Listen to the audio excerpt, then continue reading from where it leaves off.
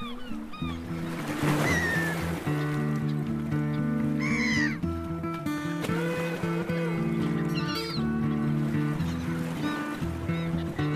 and welcome to the Seacreatures Podcast, a show all about the amazing animals that live beneath the waves. Each episode, we chat about a specific sea creature with a guest who has spent time and interacted with this ocean animal. Our guests range from marine biologists to underwater photographers, scuba divers, citizen scientists, and anyone with a passion for marine life. My name's Matt Testoni, and I'm all of the above. And joining me for this episode of the Seacreatures Podcast is Dave Harasti, and he's a marine biologist who has a real passion for White's seahorse. Welcome to the show. Hey, Matt. Thanks for having me on board. No worries. So let's kick it off with, I said you have a real passion for them. And when I think of seahorse in Australia, your name definitely pops up. So tell us a little bit about how you got into seahorse and white seahorse. Well, I first started diving back in 1996. And on one of my trips up and down the New South Wales coast, I stopped in a place called Nelson Bay, Port Stephens. And I dived at a site called Fly Point. And it was there that I saw my first ever seahorse. And that seahorse happened to be a white seahorse, this beautiful gold-coloured one. And I was always fascinated. So for the next 5-6 years, I was diving up and down the coast looking for white seahorse everywhere. And then I ended up working for fisheries, and I ended up with a role working on the conservation of the white seahorse. So it all sort of fell into place. And all because of this one sighting back in 1997, it was just a really special moment. And from then on, I was always fascinated with seahorses. Yeah, tell us, so the sighting, you're on scuba and you went down, was it on sponge? Were there multiple? What was the dive like? Yeah, so Fly Point has been a protected area since 1983. And when I first put my head under the water there, I was blown away by the amount of fish life. There's so many brim and luderick and blue gropers and wrasses and everything. I was like, wow. So instantly you could see what happens when you've got 20 years of protection at a site. And then Fly Point is famous for its sponge gardens. And it was down in these sponges in around 10 meters of water. It was a orange colored sponge. And it just so happened, by chance, I'm always looking for nudibranchs, so that was my other big love was nudibranchs. I happened to see this gold seahorse matching the color of its sponge living there. I was like, wow, my first ever seahorse. So I got, back in the day, you had the old CNC Motor Marine 2 film camera with the frame and the little prongs that you stick out the front. And I took my macro shot, and that was my first ever seahorse photo that I took. And every time I give a presentation, that photo always features because it reminds me of how I got into the seahorse and where it all started. Oh, cool. I love it when it's was it a good photo, or is it just a memorable photo? By the standards nowadays, let's just say it's pretty average, but I'm still very proud of it. It's in focus. The seahorse is looking at the camera. I'm not taking a photograph of its butt, which quite often happens to seahorses. They turn their head away. So it's not going to win an award, but I'm still happy with it, definitely. I think that ticks the boxes, and it's got a cool story behind it, which is, I think, the most important part. Yeah, and it's to me, it's one of my most memorable photos. I've got lots of famous photos, but to me, that's one of my most memorable photos because the whole thing about seeing it for the first time and the symbolism of it, and me going on to work on that species and do a PhD on that species, it all started with that one sighting. That's amazing. So, tell us, so you saw this white seahorse. Tell us what a white seahorse is and how they differ from other seahorses. So the white seahorse, it's also known as the Sydney seahorse. Its scientific name is Hippocampus whitei, and it's got its scientific name whitei. It was actually first discovered in the late 1700s. It was collected by Sir John White, the Surgeon General from the First Fleet. So he collected a seahorse from Botany Bay, and it's described by Bleecker many years later, and it was named after John White, so that's why it's known as whitei. So this species, it's endemic to the east coast of Australia.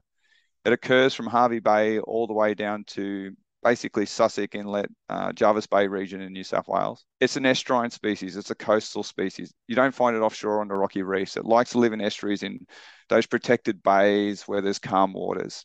And this species, it's not white. It's occasionally seen to be white, but not very often. So it can be black, it can be gold, orange, red, purple. Occasionally you get the white ones. But what you do find with this species of seahorse is it has the ability to change its color to match the habitat it lives on. So you'll find a gold seahorse living on a gold sponge. You find the sort of the white purpley colored ones living in the cauliflower corals. The grey greeny color ones live in the Posidonia seagrass. So they're really good at adapting and changing their color to match what they're living on. And the reason why they do that is that they require camouflage to help them avoid predators.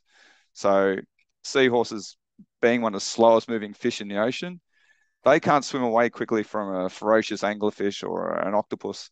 They need to blend into their habitats and hide, and that's why the color changing is really important. And the white seahorse is very, very good at that. Within a day or two, it can match the coloration of its new host. Yeah, and so I know like cuttlefish use a whole bunch of different mechanisms to do their color instantly, but how does a seahorse change color? Do we know? We don't know, but we know it's got to do with the pigmentation in their skin. So they slowly can change their color to match that.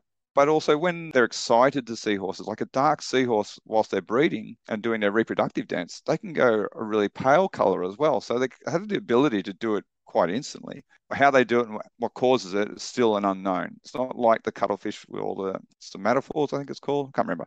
Anyway, where they Yeah. flash and they pulsate. Very, very different in seahorses. It's either a dark or a light, but then they can slowly change their color. So I've seen a black seahorse slowly turn gold over a couple of days to match an orange sponge that was living on. It's pretty cool. Wow. Yeah, that's amazing. Is that unique for white seahorse, or are there like is it through other species or all species? Other species of seahorses can do it too.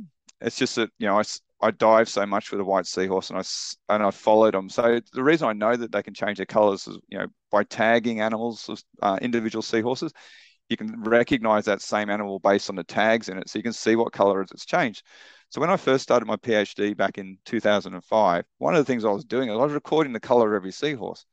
I was like, oh, what colors are they and what are they, do different colors attract different individuals and do different colors live on different habitats? Within about 3 months, I just ripped up all the color data and threw it out because they kept changing color on me. I'm like, that was just a waste of time. What a pointless exercise that was. So I learned very quickly that, recording color of a seahorse for either identification purposes or following them to identify it was pointless. And so you mentioned too that you tagged them. That's with a little color marker as well to tell the individual. That's I've heard there's a few cool stories around that. Yeah, so the tagging of seahorses can be done there's several different methods, but the most common one and the most suitable method is using this little injection called elastomer. And it's basically putting a little fluorescent dye underneath the skin of the seahorse. And I give every seahorse 3 different marks in different parts of their body. So that way, if I put it in like 2 positions in their neck and 1 position on their belly, and it's a red tag, that would be like R1, R1 for the 2 positions in the neck. And then it might be R5 for the body position. So every seahorse I tag, I can individually identify and follow. And we know that the elastomer is long term. So I had a seahorse here in Port Stephens that I tagged as an adult, and then I followed her for the next 6 years. So it showed that she lives for up to 8 years, and those tags are still in her perfect that entire time. It's a very delicate process though, because you're putting a syringe into the animal, so it's all got to be done under animal ethics approvals. So you've got to be, and Yeah. you have to be trained in it. It's not for it's not for someone to go out and say, oh, I'm just going to go and tag a seahorse. There's a lot of training and a lot of expertise to do it, and you know tagging really small seahorses are quite challenging. So when I'm tagging the ones in the aquarium that we're about to release back into the wild, they're very small. So that's a really finicky, delicate process because the last thing you want to do is harm a seahorse. That's it's critical. So the seahorses you tag in the aquarium, I imagine that's a little bit it's a controlled environment, but do you tag them physically in the field when you do the ones elsewhere? Yeah, so we do all the tagging's done in the wild. So basically, when I was doing my surveys, I'd be swimming around. I'd find a seahorse living on a sponge, delicately grab the seahorse off. You'd have your syringe in your hand, and then you'd give it the 3 different color tags. You'd write down the code on a slate. I'd measure the seahorse. I'd take the sex of the seahorse, was a male or female, and then I'd put it back on its sponge. The whole process would take under a minute. So it was pretty quick. And then what I always found is that when you release them back onto their habitat where they came from, they would just stay there, which was good. When we did some of the initial tagging in the early days, what we used to do is we used to go out and dive and collect a whole heap of seahorses and put them in a plastic bag and bring them out of the water in tubs of water, and we'd tag them on land. And you could tag a lot of doing that on land. But what I did find is that when you're going back and putting them in the ocean, you weren't putting them in the exact same spot where you collected them from. And that wasn't a good thing because what we showed with the white seahorses, it's incredibly territorial. Like I've had the same animal living on the same sponge for up to 17 months. So they really like to find a little happy place. If they find a little happy place, they'll stay there, as long as it's got good camouflage and good food.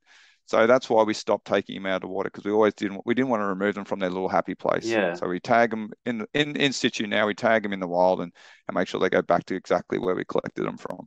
Yeah, cool. And so what are the ones you're tagging at the moment for? 'Cause that's kind of a cool story, isn't it? Yeah, so the white seahorse, it's a very endangered species. It was the second endangered seahorse in the world to be listed. So in 2020, it was protected under Australian Commonwealth legislation, state legislation, where it's listed as threatened species and it being endangered. Now, the reason why it's endangered is because of habitat loss across its range. So all the habitats that this seahorse rely on, such as the sponge gardens, the soft corals, and the seagrasses, they've been declining through time. And as a result, the white seahorse populations has also declined because they don't have anywhere to live. So we're implementing a whole heap of conservation measures to try and recover the species. And one of those is a captive breeding program. So New South Wales Department of Primary Industries has partnered with Sea Life Aquarium in Sydney, and we've had a breeding program there underway for the last 3 years. Now, the thing is with breeding seahorses, it's actually really easy.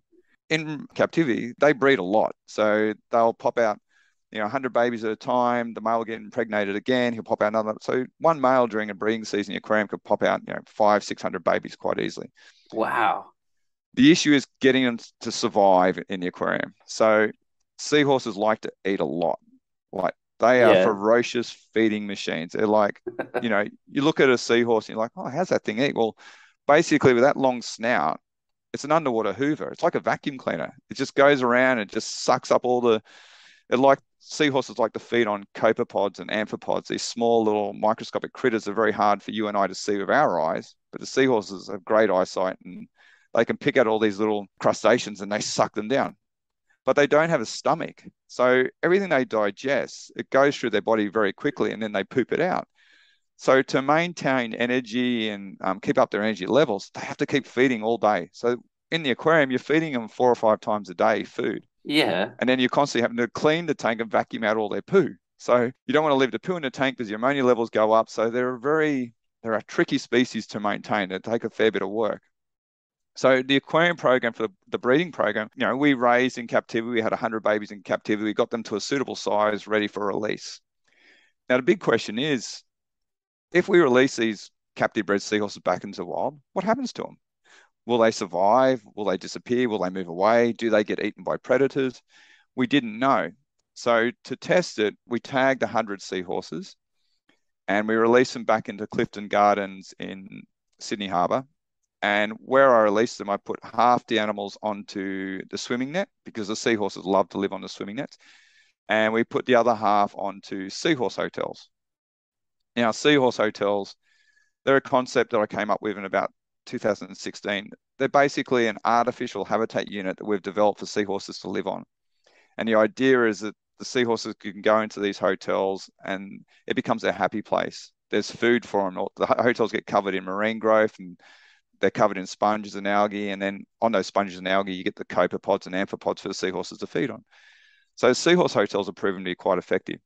So we released half onto the hotels, half onto the net. And then I monitored those seahorses because I could follow them with their tags for the next 12 months. And we had some really good results. After 12 months, we had 20% of the seahorses surviving on the hotels. They were still living on the hotels. And on the nets, the residability and survival wasn't as high. It was down around, less than 5%. I think it was about 2 or 3%. Now, the reason for that is two things. One is the hotels means that they stay in the hotels and it's a really easy habitat to find because you're just searching through a 1 meter cube basically. Whereas on net, the 50-meter net, they're very good at hiding amongst all the habitats. So they're much harder to find on the net. So that was a bit of a challenge. But then the cool thing was we saw of the 90 animals that we released, we had 9 of them reproducing in the wild. So we saw 9 of those male seahorses pregnant. I saw one of those male seahorses give birth 3 times. Oh, what? So we knew that the breeding program was quite successful because they were actually starting to breed in the wild again.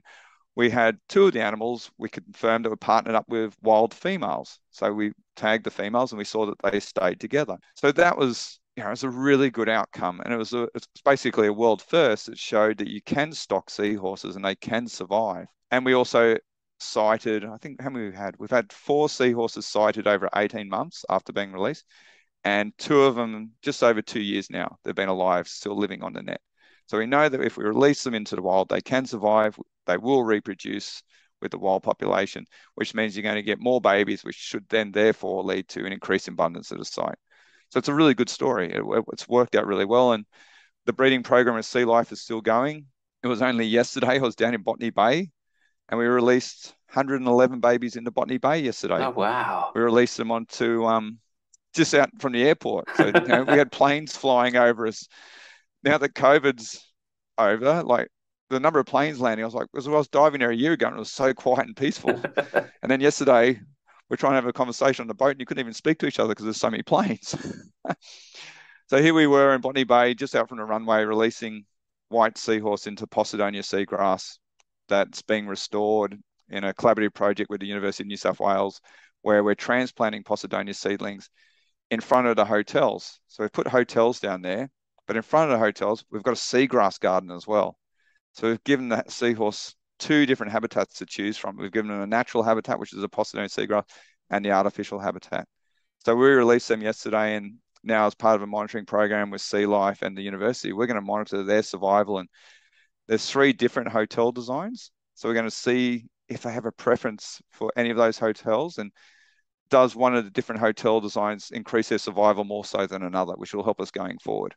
Yeah, like what does a hotel look like? Like I'm just imagining a human hotel with the grass out the front and a building, but like, is it a cube, like a cube, metal cube with rooms, or how does it work? Yeah, so there's no doorman. They don't come and knock on the door and like, can you let me in type thing. It all came about because I saw an old fish trap in Port Stephens in Nelson Bay that had been lost. And this fish trap I saw over years just become encrusted in sponges. So within about 3 years, it just went from a rectangular, 1 meter by 1 meter cube to this beautiful new marine ecosystem covered in sponges. And then I saw a seahorse turn up on it. I'm like, wow, that's actually pretty cool. Like, here's an artificial habitat that's turning into a natural habitat. And that's what gave me the whole concept. So when I designed the seahorse hotels, the original ones were just a 1 meter by 1 meter wide frame, and they were about 50 centimeters high. We made them out of an aluminium frame and we covered in chicken wire mesh. And we put them in Port Stephens here and we trialed them for 12 months. And within 3 months, we had seahorses moving on to the hotels. Within 6 months, we had 63 different individuals living on the hotels. We had 18 hotels in total, so 63 seahorses. And they were using them for breeding, so they started to breed on them. They were using them for feeding, obviously, because that's what attracts them there. The only problem with the aluminium frames is within 12 months, aluminium in the ocean, salt water, electrolysis happens. They broke down really quickly. Yeah. And I should have mentioned at the start, the idea of the seahorse hotels is that they're not permanent. Yeah, okay. We actually do want them to break down over time, because what's the idea of them is to attract that marine growth, get the sponges and corals growing over them. And then over 2 to 3 years, all the metal would rust away and then they would collapse. And then what leaves behind is all those beautiful sponges and stuff. And that happened with the aluminium frames, but they collapsed too quickly. We didn't have enough marine growth on them. So we moved away from aluminium now, and we're using ordinary steel, a mild steel, and that's been great for attracting growth. And we've had hotels now here in Port Stephens for almost 3 years. And now you look at them and they've gone from this cage to this beautiful new marine ecosystem covered in sponges, and the seahorses are living on there and doing really well. So we don't actually know how long it's going to take for this steel to collapse, but I'm really happy with them because they're still providing this amazing structure, and the seahorse are living there and they're breeding on there. So it's proven to be quite successful. But we're always looking at ways to innovate and improve the design. So with the University of New South Wales, these ones that we put in the Botany Bay, we had 3 different designs. We had my standard box design, which I call it, which is the cube. Then we had a box-like design, but we made it into a house where we gave it windows and a front door for the seahorses. So we're getting a little bit, just make it a little bit more aesthetically pleasing for divers to see.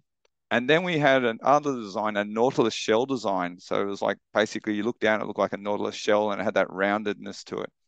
So we're testing at the moment if either of those 3 are going to improve the efficiency and the effectiveness for helping attract seahorses and protect them.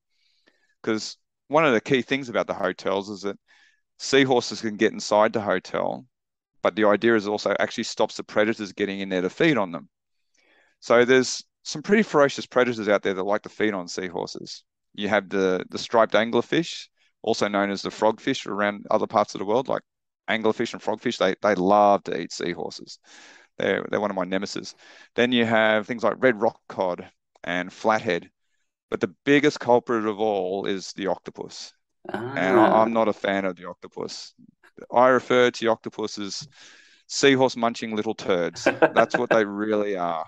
They get inside the hotels and they're quite ferocious. And I've had fights with octopus over the really? years to rest. Yeah, yeah, like trying to eat a seahorse and grabbing a seahorse, and I'm pulling the seahorse away from the beak of the octopus to stop it biting. And we've had it's a bit of a grudge match every now and then between me and an octopus. Wow, that's amazing. Just who wins usually? Oh, I'm always going to win. Like I'm never going to let an octopus eat a seahorse. And I'll tell you a funny story. Is like I was watching this blue ring octopus, so not the common one, but a blue ring octopus. It was on a night dive. I was photographing this white seahorse, only a small one, and this blue ring octopus came over the top of the sponge and it came down slowly crawling towards the seahorse. And I'm taking photos at the time. I'm like, oh, this is great. This is going to be my National Geographic cover shot. Blue ring octopus biting into the seahorse and injecting with its tetrodotoxin and paralyzing it. So I'm photographing as it's moving down. And then, I don't know, I just had this like a little conscious on your shoulder kicked in, like, don't let it happen. Don't let it happen. So I ended up just like whacking the octopus away with my strobe. And I grabbed, because just as it grabbed the seahorse, I whacked it and I grabbed the seahorse and I swam the seahorse away. And so I saved a poor traumatized seahorse that didn't realize it was about to get injected with, blue ring venom. I never did get that cover photo that I was aiming for. Instead, I got a very happy and relieved seahorse instead. Yeah, wow. I didn't realize even blue rings. I mean, and that's pretty crazy that you're like, all right, I'm going to take on one of the deadliest octopus in the world to save this individual. It's cool. Yeah, well, we've got the common octopus here, and this is the one I have my fights with the most. I, in the marine, well, all the animal kingdom, normally you kill things to eat, right? But I've seen octopus just kill a seahorse for fun.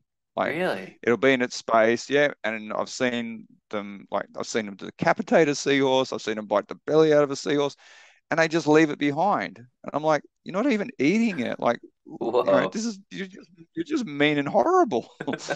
So, like I said, octopuses are seahorse munching little turds. That's a take-home message from this podcast. Wow. And I guess like the reason they leave them is probably because they got such bony plates that protect their body. Is that correct? You reckon? Yeah, so seahorses, there's not a lot of meat to them. Like I don't know what an octopus or a fish is going to get, enjoyment wise out of eating a seahorse. They're very bony, they're very hard. If you hold a seahorse in your hand, people think they're very delicate and very soft. Well, it's actually the opposite. They're really bony and they're really tough. Their tail is like very rigid. They can move it around and flex it, but if they don't want you to bend their tail, you can't bend it. So it is weird that, predators eat them, but I think it's because they're easy prey. They're not fast moving. They're one of the slowest moving fish. They can't protect themselves. They can't fight back. What's the seahorse going to do to an anglerfish or an octopus? They headbutt it. Like there's nothing they could really do. So they're an easy snack, unfortunately for them. And that's why when we have seahorses declining, you think, well, why are they declining when, a male seahorse can give birth to 150 babies at a time and he does that 7 times they bring? The whole ocean should be swarming with baby seahorses. But the problem is that when the male seahorse gives birth, out pops these little mature seahorses that are about 8 millimeters to a centimeter long, and I refer to them as they're the underwater Maltesers of the sea. They're popping out, and they're small and crunchy, and everyone wants to eat them. And that's what happens. The male seahorse give birth, and all the fish come in, and they start eating all the baby seahorses. So they're not going to overpopulate the oceans, that's for sure, because they're small, crunchy little chocolate snacks that all the fish want to eat. Yeah, I've seen a few baby seahorse in the wild, and they're pretty amazing. The thing I find funniest is they'll latch onto like a bit of seagrass, but then one will swim one way and one will swim the other, and so they just don't go anywhere. It adds to the problem of being a Malteser, I guess. Yeah, and the thing is with the seahorse, there's some species that will disperse on pelagic currents, or they'll drift on sargassum weed and they'll float off. Whereas the white seahorse, it's so territorial that when the babies are born, they tend to stay in the same area. So if you have a lot of predators in that area or not a lot of protection for them, they're easy pickings. And the thing is with the seahorse, like once a male seahorse gives birth, there's no parental care. He pops out the babies, he's done. They're off on their own. There's no one to look after him and say, hey, you see that octopus over there? Don't go near that. So they've got to fend for themselves and they end up learning the hard way, unfortunately. Yeah. Just before we kind of head towards the end and get into any cool facts, I just have to ask, this thought's been plaguing me. Have you ever wanted to like set up multicolored seahorse hotels? One purple one, one green one, and just like almost have like a rainbow of seahorse? It sounds like you could almost do it. I've never considered changing the colors of the hotels, but what I have considered doing is making them bigger and better so we've got stories. So you've got the first floor, the second floor, and the third floor. So we could have like, this is the penthouse suite up top, and this is where the big adult seahorses can live. And so I have been thinking about making them on a tier approach going upwards rather than going sideways. But yeah, maybe a color approach. I mean, we've put doors and windows in there, so there's no limits to what we can do. This is the first thing I'm going to do after this podcast is go and look up what they actually look like. I'm very excited. So, do you have any cool facts? I know we've covered a lot of cool stuff about the white seahorse and amazing info, but are there any other unique facts or things we haven't touched on? Well, one of the coolest things about a white seahorse, and one of the reasons why I just really love the species, is that they fall in love. So a male and female white seahorse, every morning during the breeding season, they'll come together, they'll do their little mating dance, they'll twirl their tails around, they'll rise up into water column, and if he's not pregnant, the male isn't pregnant at the time, the female will then transfer her eggs into him. And then they'll separate that for the rest of the day, but they'll come back together the next morning and they'll do the same thing over and over again. And when that breeding season's finished, they'll sort of stay in the same area, they'll stay a couple of meters apart, and they don't ignore each other, but they're not dancing every day. But if they're still there, they're still both alive the following breeding season, they come back together again. So they actually will breed over subsequent breeding seasons. I've had pairs up here breeding 3 years in a row. Wow. So they're one of those few species that, they stay faithful to each other and they fall in love with each other. So I just think it's a really cool story. And it's also, it's a downside to them because it's hard if they lose one of their partners, then they've got to go and find another partner, which means that they have to move. And that's where they run the risk of getting eaten by predators or, not finding habitat for them to live on. Yeah. But it's very cool that they do show that faithfulness. Yeah. And so that doesn't happen to other seahorse species then, or not all of the other seahorse species? Not all other seahorse species. So the potbelly seahorse, which you get down your way down in Tasmania, he's a bit more promiscuous. He'll go and mate with several different females. And, the potbelly will travel large distances. We've had them, recorded moving over a kilometre or so, whereas the white seahorse, the largest distance over sort of white seahorse move was 70 metres. And that was over 5 years. So they don't move much. Whereas the potbellies are more willing to move and they're more willing to mate whichever female that they would come across. Yeah. And another random question. Do you ever get the potbelly seahorse taking over the hotel, or why are the two species living side by side but not competing? So, that's a really interesting question. So on the swimming nets in Sydney Harbour, for example, we get the white seahorse and we have the potbelly seahorses living on the swimming nets. But on the actual hotels that we have in Sydney, we haven't had any potbellies turn up on them yet. Now, that might be because the potbellies are too far away and they haven't moved to discover them. But I do know that they will use the seahorse hotels because there was a person in Victoria that put a seahorse hotel off Rye Pier or somewhere, and that he had potbelly seahorses living on. So they definitely do attract the potbellies as well. Yeah, I think I saw that hotel actually. And yeah, it did have Yeah, right. yeah, it did have some potbellies on it. Wow. It's the old adage, and there's a famous quote in a movie, and I think it's Kevin Costner in Field of Dreams: "If you build it, they will come." And that's the thing with the artificial habitats for the seahorses. If you put habitats in place in areas where seahorses used to occur and they might have disappeared because the habitats have disappeared, then you're likely to attract them back there. And that's the whole concept of the seahorse hotels. We're not trying to replace the natural habitats. The problem is the natural habitats have disappeared and they've declined, that there's not many left.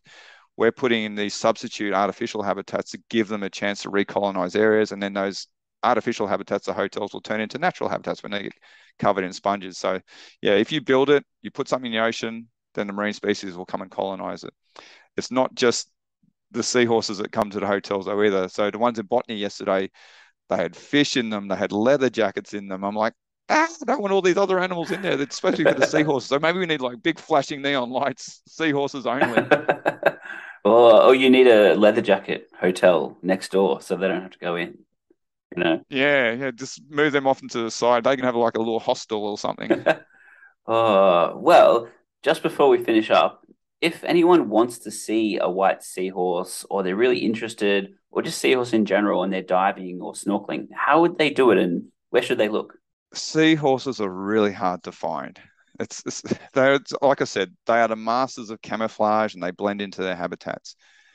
The best place to see them, if you're in if you're in Australia and you want to see a seahorse, Sydney Harbour, to be honest, is the best spot. You could go snorkeling at somewhere like Clifton Gardens or Balmoral or Manly in those protective swimming nets in the harbour. Swim along those. Way I find it is just shake the net a little bit. If you shake the net a little bit and the seahorse is hiding, you'll just see them stick out their head, or they might swim to another branch of kelp or sargassum, and that's a really good way to find them. It's much easier to find them on scuba than it is snorkeling. Like snorkeling for seahorses is really, really challenging. I do a lot of seahorse surveys in seagrass, and when I snorkel for them, I rarely find them. Like really, really hard. I can dive the same side on scuba, and because you're at that much lower level and you can search at that level for through the seagrass, you'll find the seahorses. Whereas snorkeling is a real challenge. But the swimming nets in Sydney Harbour is probably the easiest place ever to find a seahorse.